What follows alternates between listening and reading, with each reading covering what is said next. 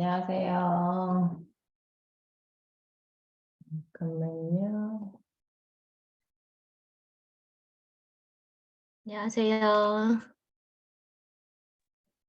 안녕하세요. 제가 녹화 때문에 줌을 따로 켠다고 조금 지연됐습니다. 잠깐만요. 책은 다 가지고 계시죠? 네. 오케이. 자, 그러면 거인 깨우기님 어디 가시는가 보네요. 샷을 타고 가시네. 자, 그러면 오늘은 책 몇 페이지냐 하면은 잠깐만 343페이지입니다. 책 343페이지고요. 이게 페이지가 343페이지에서 346페이지까지 할 건데 알겠습니다. 저그나이님. 이거는 오늘은 이 책을 읽으면서 진행할게요. 그래서 혹시 나중에 녹방 들으시는 분들은 343페이지에서 346페이지를 따라서 오시면 될 것 같습니다. 이렇게 해서 진행을 하겠습니다. 혹시 한번 읽어보셨나요? 아니요. 읽어보지 않았어요? 그러면 같이 눈으로 읽어보면서 원영님 들어오셨네요. 자, 343페이지 모든 소통은 내면 소통이다. 이 페이지는 우리가 긍정 확언을 한다, 감사일기를 적는다, 그리고 글쓰기가 중요하다 이런 말을 하잖아요.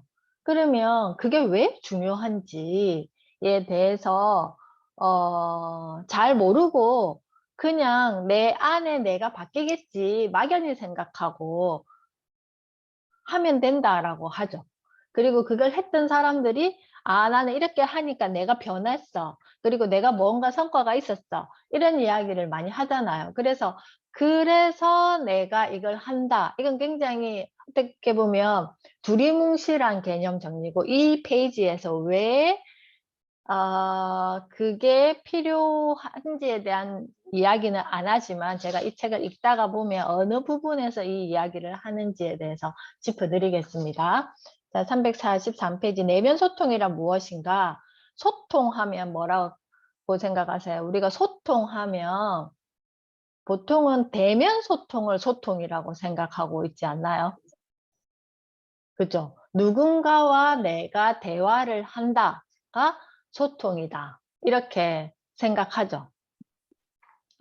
그러면 나는 내 안에 나와 대화하기 위해서는 어떻게 했을까라고 다시 질문해 볼 수 있겠죠. 그러면 그 부분을 따라서 그 생각하면서 이거 읽어보겠습니다. 내면 소통의 내면은 단순히 외면적인 것과 대비되는 개념으로서의 내면을 의미하는 것은 아니다. 그죠? 여기 앞에서 정의 내렸죠? 그런 것은 아니다. 그것은 데이비드 봄의 이 지금 김주환 교수님의 어떻게 보면 영적인 그 기초 학문을 이야기해 주시는 철학자가 또 데이비드 봄이신데요. 데이비드 봄의 내재적 질서와 내향적 펼쳐짐을 포괄하는 개념이며 생성 질서와 능동적 정보가 이루어지는 장으로서의 내면을 의미한다. 이 말은 조금 어려운 말이니까 이건 뒤에 계속 반복하면서 이 말의 의미가 무엇인지 다시 돌아와서 말씀을 드릴게요. 또 프리스턴의 능동적 추론이 펼쳐지는 마고프 블랭킷의 내부 상태 개념과 생성 모델의 핵심으로서 에이전트의 개념도 포괄한다라는데 내면 소통은 모든 소통의 보편적인 모습이며 본래적 실체다. 겉으로 드러나는 모든 형태의 소통에도 내면 소통이 작동한다. 외재적 질서로 표면되는 여러 가지 소통 현상들은 내면 소통의 특수한 형태라 볼 수 있다. 할 수 있다. 독립된 실체로서의 두 사람이 서로 메시지를 주고받으며 영향을 주고받는 것으로 정의되는 대인 커뮤니케이션이나 하나의 매체에 의해 많은 사람들이 영향을 받는 것으로 정의되는 매스 미디어, 여기 매스 커뮤니케이션, 우리가 어떤 그 미디어 정보를 보고 전달을 받았을 때, 아, 이렇구나라고 이제 듣는 사람들은 청자는 소통한다고 생각하지만 그 말하는 사람들은 그냥 하는 거잖아요. 그죠? 제가 유튜브 하듯이. 그 매스 커뮤니케이션 현상 등은 모두 외재적 질서로 드러나는 소통이다. 하지만 모든 외재적 질서가 그러하듯이 외재적 소통 역시 내재적 질서인 내면 소통의 특수한 현상들이다. 그러니까 받아들이는 나, 외부에서 들어오는 메시지는 있지만 받아들이는 나는 각자가 다 다르겠죠. 그죠? 그래서 그 외재적 소통 역시 내재적 질서, 내 안에서의 질서를 찾고 그 질서인 내면 소통의 특수한 현상들이다. 어떤 것을 보고 슬프다라고 하는 사람도 있을 거고, 어떤 것을 보고 막 부정적인 생각을 하는 사람도 있을 것이고, 어떤 것을 똑같은 것을 보고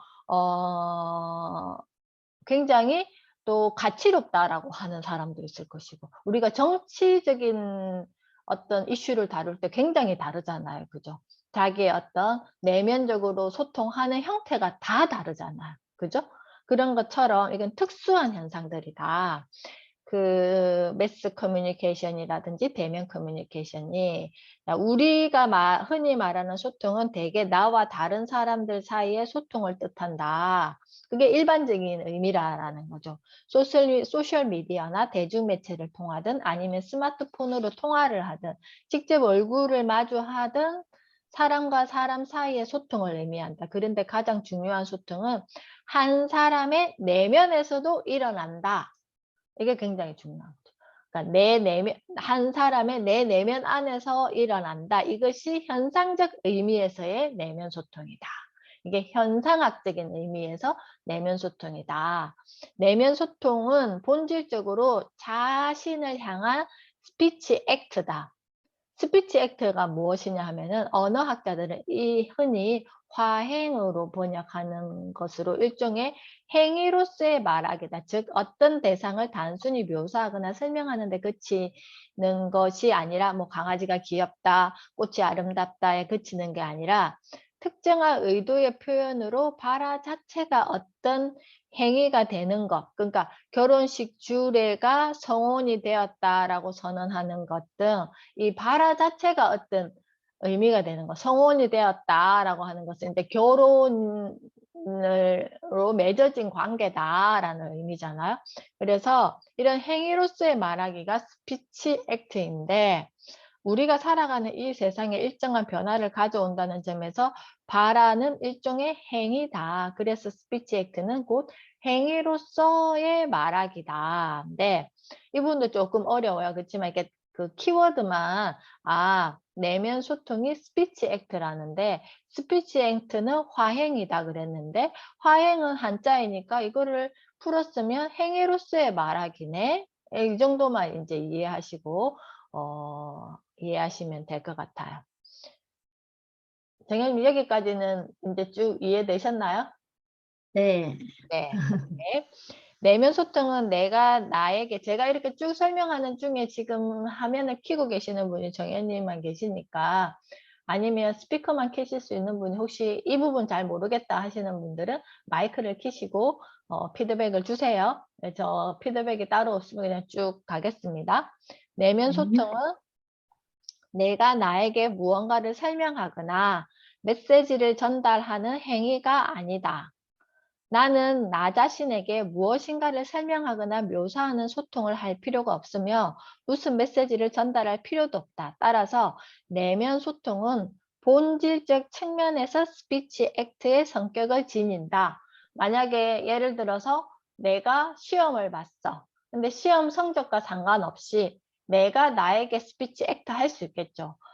시험을 준비하느라고 애써서 너는 시험을 본 너가 되게 대단하다고 생각해 라고 이야기할 수 있겠죠.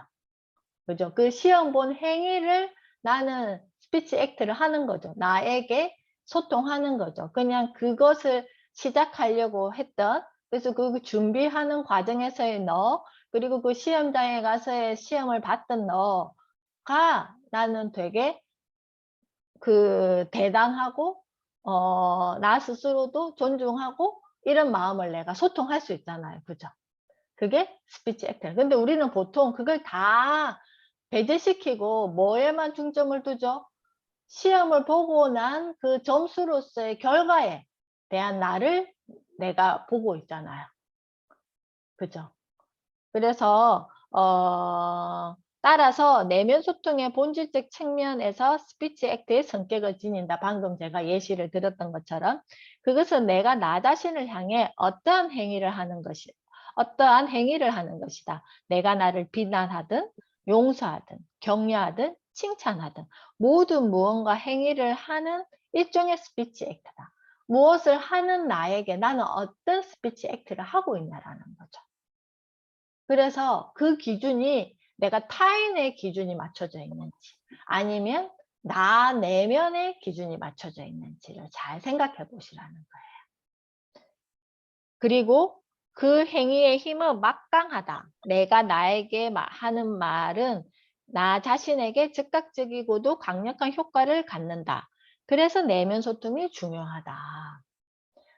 이게 우리가 하는 행위로서 보면 긍정하곤 하는 것도 마찬가지고 감사일기 쓰는 것도 마찬가지고 그리고 또 우리가 글쓰기가 중요하다 하잖아요. 그렇지만 글을 쓰는 그 주체는 누구예요? 나잖아요. 그죠? 나. 그죠? 그러니까 내가 그 글쓰기를 한다. 감사일기를 적는다. 그리고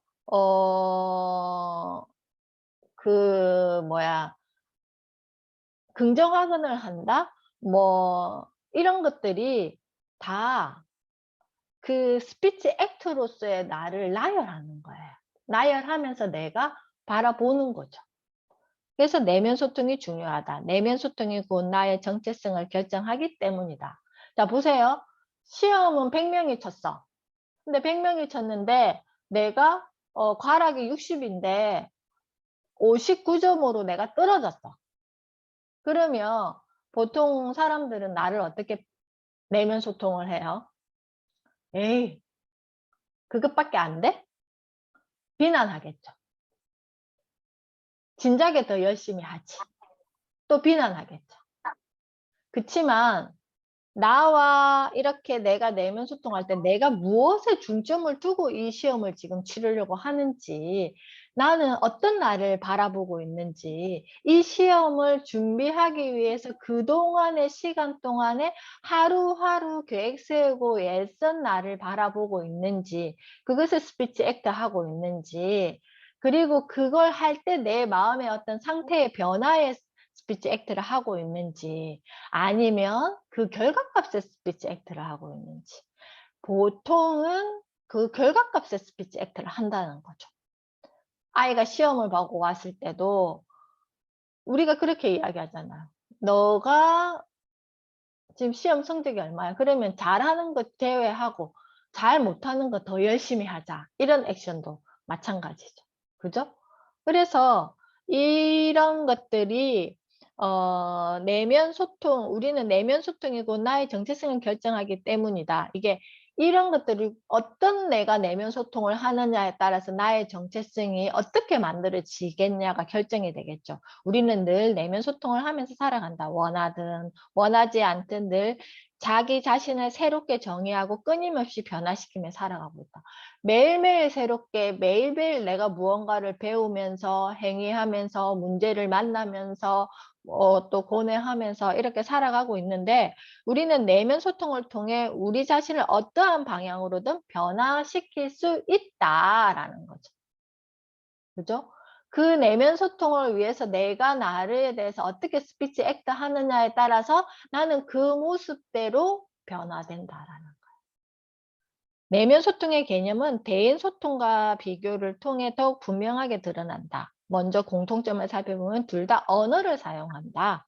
물론 때에 따라서 손짓과 발짓을 얘기할 수 있고 대인 소통, 막연한 생각을 구체적인 언어적 표현해서 잠시 해볼 수도 있겠지만 내면 소통, 거의 모든 대인 소통이나 내면 소통은 한국어의 특정한 언어를 사용한다는 공통점이 있다. 한국어 등 그 언어를 사용한다는 공통점이 있다.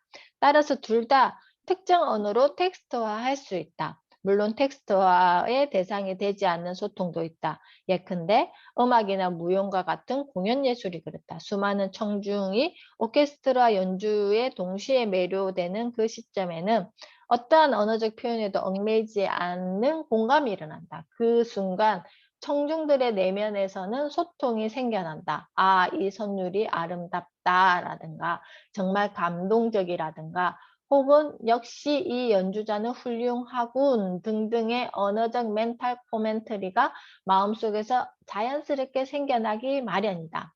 멘탈 코멘터리가 뭐냐 하면은 경험하는 일에 대해서 자동적으로 의미를 부여하거나 해석하거나 평가하거나 판단하는 것을 통칭한다. 우리가 멘탈 코멘터리가 많이 일어나는 상황이 어느 때죠? 여행 갔을 때. 새로운 환경을 만나면 막 화하면서 막 계속 스토리텔링 할 수 있잖아요. 그렇지만 내가 내 일상에 딱 들어왔으면 멘탈 코멘터리 할 거리가 많지 않다고 생각하기 때문에 계속 뭐 뭔가 외부적으로 어떤 요소에서 내가 그 자극받기를 원하잖아요.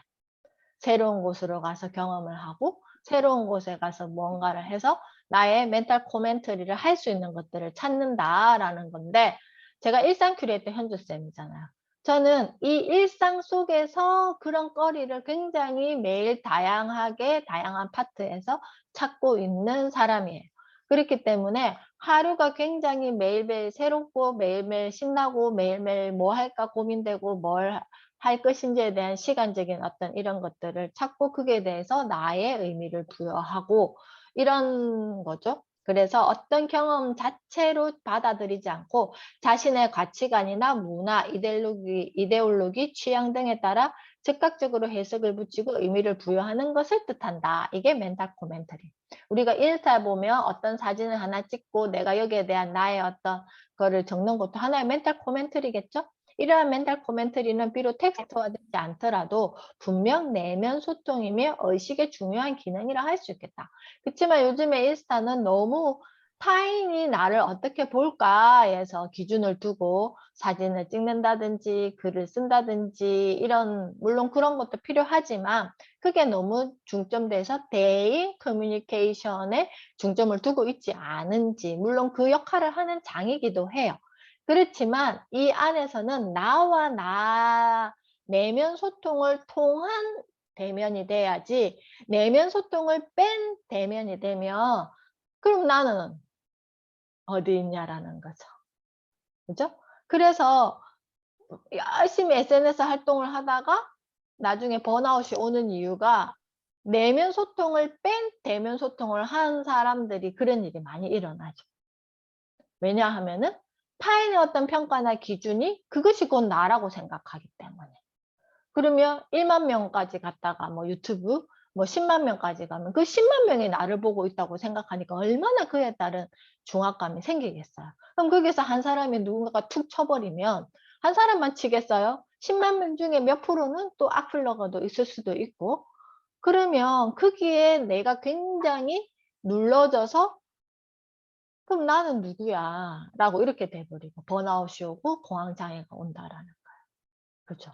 그래서 평소에 내가 이런 멘탈 코멘터리, 스피치 액트 이런 말들 이게 다 내면 소통의 어떤 그 기본적인 작동하는 거에 대한 언어를 이야기한다고 생각하는데 그런 것들을 내가 어떻게 하고 있는지를 한번 생각해 보시라라는 거죠. 대인 소통과 내면 소통에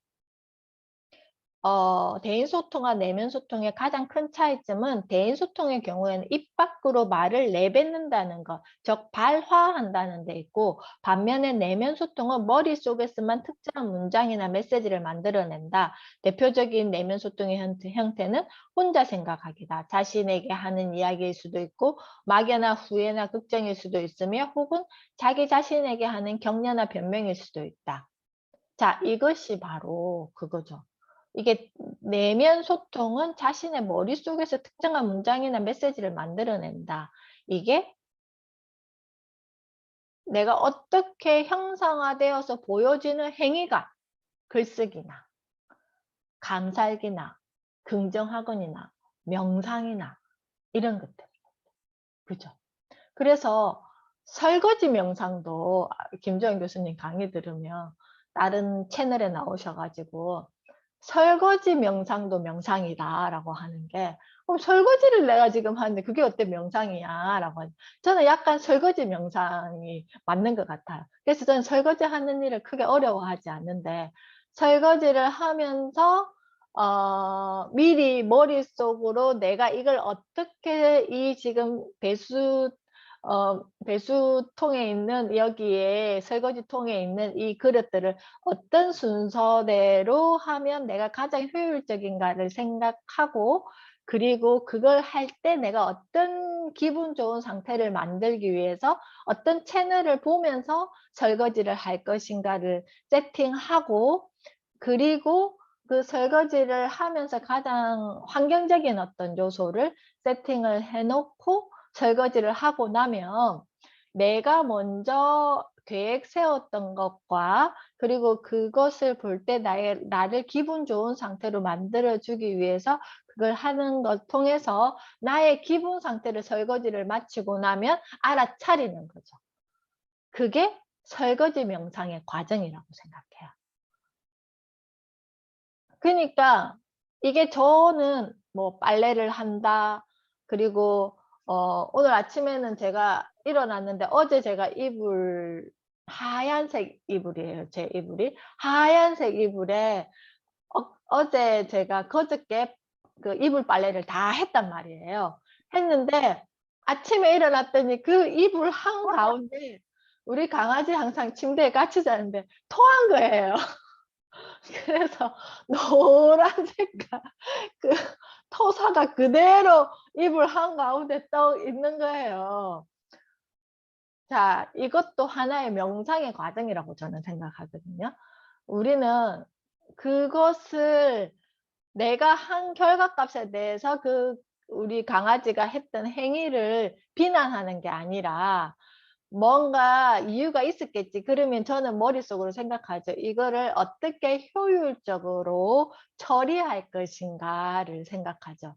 그래서 그 변기통에다가 이불을 그대로 가져가서 그 토한 거를 그걸로 이렇게 씻고 흘러내려 보내야 되잖아요. 흘려 보내고 초불로 이거 비누로 한번 씻어서 그것도 그대로 이제 그 변기통에다가 대고 이렇게 화장실 바닥이 좀 깨끗하기 때문에 밖으로 들고 나가는 것보다 그 화장실 바닥에 두고 하는 게 나을 것 같아서 그렇게 해놓고 지금 내려오기 전에 퐁퐁으로 이렇게 딱 발라 놓으면 그 색깔이 없어지거든요. 우리가 옷에 뭐 얼룩진 거 묻었을 때 저는 항상 퐁퐁을 이렇게 묻혀놓고 다음날 세탁을 해요. 그렇기 때문에 그 하얀색의 그 노란색 토사가 아직 미세하게 남아 있었기 때문에 그걸 제거하기 위해서 제가 퐁퐁을 발라놓고 화장실에 그대로 두고 내려왔어요. 그것도 그 하는 행위 자체가 나에게 긍정적인 메시지를 주잖아요. 자, 이걸 가지고 바로 뭐 이걸 할 것이 아니라 어차피 일어난 일이니까 이걸 내가 어떤 순서대로 지혜롭게 이걸 처리하면 되는지에 대해서 차근차근 생각하고 단계를 밟고 이제 이 수업 마치고 나면 올라가서 이제 헹궈서 점심 먹고 헹궈야 될 것 같아요. 시간이 조금 더 두면 더 좋으니까 헹구고 나서 수건으로 짜서 이제 그 빨래 거치대에다가 좀 오늘은 말려야 되겠죠? 그렇게 하면 또다시 새 이불 같은 느낌으로 또 할 수 있으니까 이런 게 내 안에서 나와 내면 소통하면서 그 질서를 내재적 질서를 잡아가는 거죠. 안 그러면 정말 속된 말로 빡치잖아요. 그죠? 얼마나 빡치겠어요. 제가 이불 빨래한 지 한 달이 넘은 것도 아니고 이틀 전에 다 해가지고 뽀송뽀송 해놨는데 그렇지만 빡치지 않고 나의 내재적 질서를 흐트리지 않고 이거를 여기 보면 우리 아까 제가 343페이지에 맨 첫 번째 줄에 그 데이비드 봄의 내재적 질서와 내향적 펼쳐짐을 포괄하는 개념이며 생성 질서와 능동적 정보가 이루어지는 장으로서의 내면을 의미한다. 이 표현이 바로 그 표현이에요. 제가 지금 말하는 거. 이런 상황이 벌어졌잖아요. 그러면 이 내재적 질서를 만들기 위해서 저는 그 순서를 만드는 거잖아요. 이걸 어떻게 처리할 것인지. 그리고 내향적인 펼쳐짐. 내 안에서 그런 질서를 만들고 내향적인 펼쳐짐은 화장실로 이불을 이동해서 이거를 빨고 이거를 배수 그 뭐지 샤워기를 틀어서 그거를 세면 변기에다가 이거를 하는 이유는 그 덩어리가 있으니까 바닥에다가 하면 또 그걸 치워야 되는 번거로움이 생기잖아요. 그러니까 그 변기통에다가 내고 이렇게 하면 바로 물만 내리면 되니까 거기서 충분히 씻어서 이게 내향적 펼쳐짐이죠. 그리고 비누로 이렇게 제가 해서 그 다음에 퐁퐁을까지 하는 거. 그렇게 하고 나면 개념이면 생성 질서. 그러면 새롭게 질서가 생성되죠. 왜냐하면 그 상황에 따른 생성 질서가 생기고 능동적인 정보가 생기잖아요. 또 이런 일이 생겼을 때 나는 이걸 어떻게 처리할 것인가에 대한 정보가 생기는 거죠. 이것이 바로 나와 내면 소통이 이루어지는 과정이다. 그러면 나는 보통 어떻게 나와 내면 소통을 하고 있는지에 대해서 알아차리면 되겠죠. 이해되셨죠? 그래서 이 어려운 말이 오늘 우리 강아지 이름이 슬기인데 슬기가 오늘 이 수업하라고 엄마에게 에피소드를 지금 남겨준 상황이에요. 엄마 수업을 예측하고 하지는 않았지만 그것을 제가 어떻게 처리하는 과정에서 내재적 질서와 내향적 펼쳐짐을 이걸 통해서 그 강아지가 하얀 이불에 토사를 한 걸 통해서 새로운 생성 질서가 만들어지고 그걸 처리하는 과정에서의 능동적 정보가 이루어진다라는 거죠. 자, 345페이지로 다시 넘어가겠습니다. 여기 아까 중간에 다시 읽어볼게요. 추측, 의심, 확신, 해석, 의미 부여 등등 다양한 내용을 담을 수도 있다. 물론 내면 소통에서도 발화는 가능하다. 혼자 중얼거리거나 독백처럼 이야기할 수 있다. 그러나 이러한 특정한 타인을 향하지 않는다는 점에서 대인 소통에서의 발화와 본질적으로 다르다. 그러니까 하다못해 내 앞에 인형을 하나 놔두고 나라고 생각하고 내가 소통할 수도 있겠죠. 현주야, 어쩌고 저쩌고 너가 오늘 이렇게 했잖아. 그러면 이런 식으로 저는 무엇을 할 때 내가 무슨 행동할 때 내가 했다라고 표현할 때도 물론 있지만 현주쌤이 했다라고 칭하기도 해요. 그럼 이게 약간 내 안에 여러 개의 자아가 있잖아요. 그래서 이것을 한 것은 현주쌤의 역할로서의 나를 칭하는 거죠. 그죠? 어쩔 때는 또 제가 아이 앞에서 현주쌤이 이렇게 말하지는 않잖아요. 아이 앞에서는 엄마가 이렇게 이야기하면 그건 엄마의 역할로서 저를 지칭하는 거죠. 그죠? 그러면 제가 외부적인 어떤 활동을 할 때 또 유치원 원장으로서 상하유치원 원장인 저가 또 이렇게 이야기할 수도 있겠죠. 지금 이제 원장의 역할은 하지 않지만 그 이전에 저한테 따라다녔던 명함들이 또 그걸 계속 그렇게 가져간다는 거죠. 그래서 이런 식으로 내 안에 나와 이야기할 때는 어떤 행위에 대해서 내가 표현할 때 내가 무슨 역할을 하는 나와 어떻게 소통할 것인가. 그러면 현주쌤에게는 나는 이게 좋은데 엄마로서의 나는 이게 조금 불편해. 그렇지만 이게 뭉뚱그려서 그걸 나라고 다 칭해버리면 구분되지가 않잖아요, 이게. 그러면 결국은 어떤 하나에서 내가 탁 자존감이 낮아지면 나 전체가 확 낮아지는 거예요. 그죠? 그래서 어떨 때는 엄마의 스위치를 켤 때가 있고 어쩔 때는 정현님은 강사로서의 스위치를 켤 때가 있고 어쩔 때는 또 딸로서의 스위치를 켤 때가 있고, 또 어쩔 때는 외부적에서 나를 또 인식하는 또 내가 있잖아. 그 스위치를 그때그때 맞춰서 켜고 또 그때그때 그거에 대해서만 내가 소통할 수 있는 이게 구분되어져야 되는데 그 전체가 그냥 나라고 생각해버리면 어떤 것에 내가 이렇게 탁 뭔가 불편한 점이 생기면 그냥 나 전체가 다 무너지는 거. 유치원 현장에서 어려운 일이 생기면 그냥 유치원 원장으로서 내가 어려운 거지 엄마로서 어려운 건 아니다라는 거죠. 그죠? 그러면 엄마로서 어려움이 생기는데 내가 이 수업하는 일상교류할 때 현주쌤으로서의 어려움이 아니라는 거죠.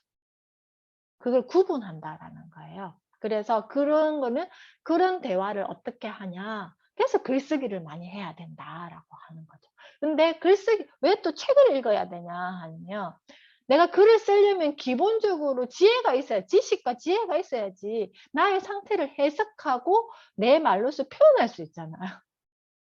그죠? 그래서 어제 제가 호모데우스 라방 할 때 지능과 의식이 분리될 수 있는가 같은가 이거에 대한 질문을 구이발 하라리가 마지막 장에서 하는데 마찬가지 나의 지능과 의식은 이게 지능은 챗GPT가 줄 수 있지만 그것을 의식하는 나는 분리되어야 된다는데 평소에 내가 이런 행위를 꾸준히 해야지만 그게 필요한 순간에 할 수 있다. 그죠? 그래서 그러나 이러한 그러나 이는 특정한 타인을 향하지 않는다는 점에서 대인 소통에서의 바라와는 본질적으로 다르다. 다른 사람의 이해를 전제로 바라되는 타자 지향적 행위가 아니기 때문이다. 타자 지향적 행위가 아니죠. 나와 소통하는 거니까. 내면 소통과 대인 소통은 별도로 존재하는 것이 아니다. 오히려 내면 소통은 대인 소통의 필수적인 구성 요소이자 전제 조건이다.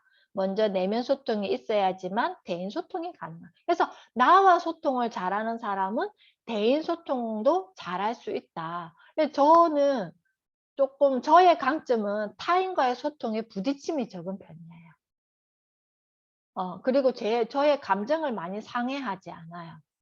왜냐하면은 내 안에 저와 소통을 꾸준히 하기 때문에 나도 내가 나를 알고 있다고 생각하는데 내가 나를 다 모르잖아요. 그래서 끊임없이 소통하는 건데 뭐 오랜만에 만난 타인이라든지 나와 친한 타인이지만 내가 그 사람을 해석할 수 있는 그거는 확률적으로 굉장히 퍼센테이지가 작다라는 거죠. 그래서 그 사람이 말하는 나한테 발화하는 것에 크게 초점을 많이 안 둔다는 거죠. 그리고 탐색하죠. 호기심을 가지고. 왜 이 상황에 저렇게 표현했을까? 저 사람이 지금 나에게 이렇게 표현하게 했을까를 계속 나 스스로 궁금해하고 또 아이와 대화할 때도 마찬가지, 남편과 대화할 때도 마찬가지 그렇게 생각하는 편이죠. 어제 제가 이제 밖에 오랜만에 이제 여기는 마당에 풀이 조금만 돌아서면 풀이 많이 나기 때문에 풀을 제거해야 되는 작업을 해야 되는데 그걸 하고 나니까 몸이 너무 오전에 한 타임 한 2시간 하고 또 저녁 먹기 전에 한 1시간을 해서 어제 샤워를 오전에 하고 저녁에 하고 2번을 했는데 그리고 나면 똑같이 남편도 하고 저도 하고 1시간 알람을 맞춰 놓고 또 저녁에도 했는데 하고 나면 정말 아무것도 하기 싫잖아요. 남편은 씻고 쉴 수 있지만 저는 저녁 준비를 해야 되는 또 역할을 그래서 제가 오늘은 그 전날에도 계속 요즘엔 제가 밥 차리는 걸 좀 게을리 해가지고 그 전날에 남편 보고 뭐 좀 대학원 다녀오고 나서 우리 맛있는 거 먹으러 가자 해서 항상 예전에는 5개박 5개2 해서 서로 오늘 계산은 박쌤 오늘 계산은 이현주 해서 우리가 미리 정해요. 5개2 5개박 해서 제가 이제 그 일을 할 때는 5개박 5개 했는데 이제 계속 요즘에 5개박으로 가거든요. 그러니까 남편이 이제 조금 약간 짜증이 났나 봐요. 그러면 제가 이제 마치고 와서 어제 뭐 먹을까? 오늘 어디 가서 먹을까? 이러니까 나 이제 돈 없다 이러는 거예요. 그래서 내가 갑자기 화가 쫙 나려고 하다가 그럼 내가 사면 되지 하고 이제 하다가 제가 미리 이제 먹을 거리는 사놓은 게 있었단 말이에요. 그래서 남편이 샤워하는 동안에 순두부찌개도 끓이고 소불고기도 하고 또 그 오이랑 당근 또 상치 쌈 싸먹을 거 쌈장 만들고 세팅을 딱 시켜놓고 밥 앉혀놓고 다 준비해놓고 이제 남편이 당연히 어디 가서 먹을 거라고 생각하고 나왔는데 이게 밥이 다 차려져 있잖아요. 세팅이 돼 있잖아요. 그러니까 머쓱하게 그냥 나가서 먹고 오자 이러는 거예요. 근데 제가 그 순간에 엄청 내적 갈등을 많이 했어요. 일단 나에게 그 말을 한 거가 되게 좀 기분이 나빴고 이걸 내가 어떻게 나와 내면 소통을 할까 하면서 내적인 갈등이 굉장히 많았거든요. 그치만 제가 밥을 먹는 중에 이제 그리고 나서 밥이 되기 10분이 남아서 제가 샤워를 하는 중에 나와 계속 내면 소통을 했죠. 뭐 어차피 이거는 남편이랑 같이 먹으려고 사놓은 거고 나는 밥 차리는 그렇게 시간을 많이 쓰는 사람이 아니고 어차피 왔다 갔다 하는 시간에 시간적인 어떤 그 레버리지를 봐서 이거는 더 효율적인 거고 그리고 내가 건강한 식재료를 사놓고 건강한 식단을 하니까 이 내 몸에도 좋은 거고 남편 몸에도 좋은 거고 이거는 여러모로 다 좋은 거잖아 하면서 그냥 남편은 계속 저 눈치를 봤어요. 그렇게 말해놓고도 이제 샤워하는 동안에 계속 신경이 쓰였겠죠. 그렇게 하지만 마지막에는 기분 좋게 그냥 다른 말로써 화제를 돌려서 했죠. 근데 그 중간에 제가 저와 내면 소통을 하지 않았더라면 얼마나 화나요. 똑같이 일하고 올라와가지고 나는 샤워도 못하고 지금 부엌에서 밥 차리고 있고 남편은 샤워하고 또 자기는 쉴 거잖아. 또 쉬는 동안에 나는 또 샤워하면서 또 밥을 세팅하고 하고 나면 끝이 아니잖아요. 또 설거지도 해야 돼. 그럼 설거지하면서 나는 뭘 볼 것인가를 궁리하고 이런 것들이 생성 정보와 능동적 정보가 이루어지는 장들이 계속 일어나는 거죠. 하루 속에서. 그래서 내면 소통과 대인 소통은 별도로 존재하는 것이 아니라 오히려 내면 소통은 대인 소통의 필수적인 구성 요소이다. 전제 조건이다. 아시겠죠? 어떤 의미인지. 먼저 내면 소통이 있어야지만 대인 소통이 가능하고 대인 소통은 내면 소통의 특수한 한 형태다. 외향적 펼쳐짐과 외재적 질서가 내향적 펼쳐짐과 내재적 질서의 특수한 형태인 듯 대인 소통은 내면 소통의 특수한 한 가지 형태이다. 이거죠. 그냥 하나의 형태예요. 나와 꾸준히 소통하다가 내가 어떤 타인과의 소통이 하나의 형태인 거지. 그것이 전부가 아니라는데 우리는 마치 그것이 전부인 것처럼 어떤 사람과 말하면서 뭔가 이렇게 탁 꽂히면 그걸 가지고 하루 종일 내가 곱씹고 정말 어떻게 생각하면 어제 남편이 저한테 내 이제 돈 없다 이렇게 말한 게 저를 어떻게 보면 약간 적당히 해라 약간 이런 의미인 거잖아요. 내가 그만큼 사줬으면 됐지. 약간 이런 의미를 포함하기 때문에 내가 엄청 막 스트레스를 받을 수도 있는 상황인데 제가 저와 내면 소통을 통해서 그냥 그 마음도 인정해주는 그게 크게 나한테 중요하지 않다. 그냥 나는 나의 어떤 건강한 식단, 그러니까 제가 밖에서 먹을래라고 이야기했던 거는 내 몸이 피곤하니까 밥 차리는 행위를 함으로써 나의 피곤함을 가중시키기 싫다의 의미였지. 나는 밥을 준비하는 걸 그렇게 막 어려워하고 스트레스 받는 사람에 대한 개념으로 정의한 건 아니었거든요. 그냥 그때 그 상황이 그렇다라는 거죠. 그렇기 때문에 빠른 세팅을 한 거잖아요. 그죠? 그래서 내면 소통 이론은 변화의 이론이다. 이러면서 나의 내적인 어떤 게 확장된 내면의 장이 확장되는 거죠. 대인 소통에서의 다른 사람의 마음을 움직이는 설득이 주요 효과인데 반해 내면 소통에서는 자의 변화가 주요 효과다. 그러니까 내 안에 내가 변화하는 과정이잖아요. 이게 그것들을 통해서 그죠? 그래서 흰 이불에 강아지가 토한 것을 바라보는 나 그리고 똑같이 일을 하고 올라와서 밥을 차리는 그 번거로움을 잘 지혜롭게 해결한다. 이게 내 안에 나는 공간이 넓어지고 있구나를 발견하게 된다는 거죠. 그래서 대인 소통은 상대방을 바꾸는 것을 지향하지만 내면 소통은 자기 자신을 바꾸는 것을 지향한다. 대인 소통에서는 정보의 전달 혹은 타인의 의견 변화가 중요한 관심 사항이지만 내면 소통에서는 자아 개념, 자의식, 자기 성찰 등 자아의 변화가 중요한 사안이다.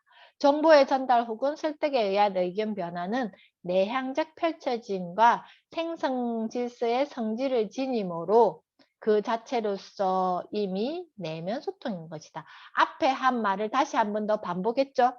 그래서 제가 뒷부분에 이거를 다시 한번 이야기하겠다라고 이야기했죠. 그래서 내재적 질서를 통해서 그러니까 내향적 질서라는 것은 내가 그것을 하는 행위. 그래서 그 스피치 액트라는 표현을 했잖아요. 그죠? 그걸 했을 때 그 생성 질서의 성질을 지님으로 그 자체로서 이미 내면 소통인 것이다. 그러니까 그것을 행위를 함으로써 내 안에 멘탈 코멘터리가 생긴다라는 거예요. 스피치 액트를 함으로써 멘탈 코멘터리가 생김으로써 우리가 여행 가고 와서 그 감성이 풍부했을 때 내 느낌이 어때요? 막 뭔가 충전된 느낌이죠. 그죠? 그러면 내가 일상에서 이런 것들이 자주 스피치 액트와 멘탈 코멘터리가 계속 일어난다면 나는 굉장히 풍성한 사람이 되어 있다라는 거. 나의 내면적으로. 그죠? 그는 어떤 외부에서의 어떤 걸 통해서가 아니라 그냥 내 안에 나 스스로 내가 오늘 옷을 하나 차려입을 때도 어떤 의미를 둔다라고 했을 때 또 그에 따른 스피치 액트를 할 수, 너 오늘 좀 괜찮아 보이네? 그러면 그 느낌으로 내가 무엇을 만났을 때 멘탈 코멘터리가 달라질 거잖아. 그죠? 그래서 우리가 그 나를 꾸미는데, 그러니까 나를 막 예쁘게 꾸민다는 의미가 아니라 내가 오늘 내가 좋아 보이게 꾸미는 거죠. 마음에 들게. 근데 우리는 내가 이 옷을 입고 나가면 저 사람이 나를 어떻게 생각할까? 내가 이런 화장을 하면 저 사람이 나를 예쁘다고 해줄까? 이런 관점으로 생각하면 이거는 좀 개념이 다른 거라는 거예요. 그죠? 내가 나를 좋아하는지, 내가 나에게 지금 관심 가지는지, 나의 마음이 지금 어떻게 작동하는지 이런 것들이 내 안에 정보 전달 혹은 설득에 의한 의견 변화는 내향적 펼쳐짐과 생성 질서의 성질을 지니면 그 자체로서의 이미 내면 소통. 내가 설득했잖아요. 남편이 그렇게 이야기했지만 내가 나를 설득하잖아. 시간 레버리지를 너 획득했네? 그리고 너 어차피 이거 순두부 이거 사놓은 거 오늘 안 먹으면 다음 주에 못 먹으면 버릴 수도 있는데 그것도 땡큐네?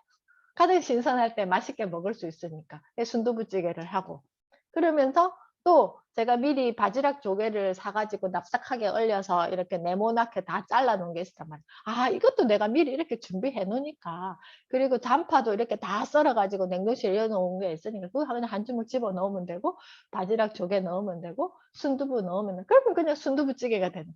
미리 순두부 소스는 사놨기 때문에 그냥 같이 넣어가지고 하면 그냥 끓이기만 하면 라면보다 더 쉬운 순두부찌개인데 이런 것들이 네가 미리미리 이렇게 나 준비를 해 놓으니까 이 상황에서 너는 당황하지 않고 이렇게 퍼펙트한 저녁 한 상을 차렸구나 라고 제가 저한테 이야기를 할 수 있잖아요. 그죠? 자, 그래서 이것이 바로 여기서 말은 내면 소통을 위해서 필요한 것 두 가지. 스피치 액트와 멘탈 코멘터리라는 용어가 나왔고 대인 소통과 내면 소통을 구분하라라는 이야기가 나왔고 제일 첫 번째 내면 소통이란 무엇인가 해서 그 정의를 먼저 이야기를 해줬습니다. 자, 오늘 준비한 거는 여기까지고요. 저희가 지난주 4월 달에는 내가 나를 변화시키는 것이 가능한 이유, 그러니까 내가 나를 변화시킬 수 있다. 오늘은 5월은 모든 소통이 내면 소통이다. 이해되셨죠? 그걸 통해서 네. 나는 변화하고 있는 거잖아요. 그죠? 그래서 6월 달에는 지속적인 내면 소통으로서의 의식. 이게 이제 조금 이번 달에 했던 것보다 조금 더 구체적으로 들어가겠죠. 그죠? 자, 정현님 오늘 이 시간 동안에 한번 이렇게 또 들어보니까 어떠셨어요?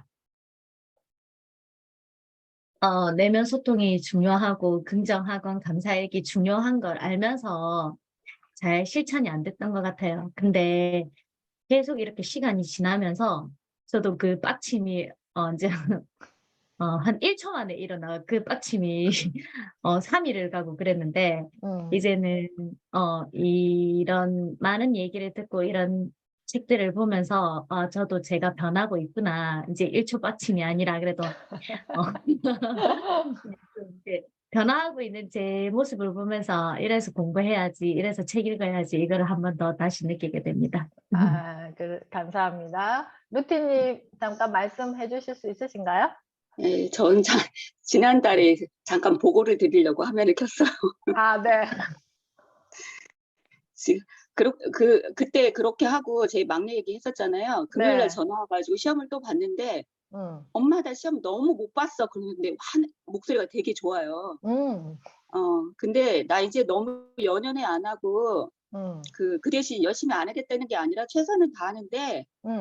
너무 급급해 안 하려고 그리고 지금 음. 친구랑 놀러 가려고 이렇게 하더라고요.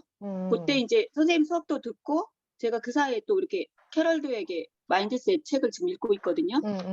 이게 그거하고 지금 많이 상통하는 것 같아요. 통하는 것 같은데 그래서 맞아요. 성장형 사고방식 가지라고 이제 이렇게 얘기했었고 또 개인적인 저는 지난주에 발표했었잖아요. 네네. 예, 발표도 할 것도 있는데 또 이거를 마인드셋을 노션으로 제가 노션 요번에 아주 기초 지금 완기초 배우고 있는데 음. 하다가 다 날아가 버렸어요. 어. 그래가지고 이거 어떡하지 하는데 저것도 숙제도 안 했는데 이거 먼저 했는데 이게 날아가서 어떡하지 했는데 금방 마음 고쳐먹고 이게 뭐 노션이 목적은 아니고 내가 이거 마인드셋 정착하려고 하는 거니까 지금 나를 시험해 보기까지 하네 요게 이제 이렇게 음. 긍정적으로 그렇게 아, 바꿨는데 네. 이게 복구가 되더라고요.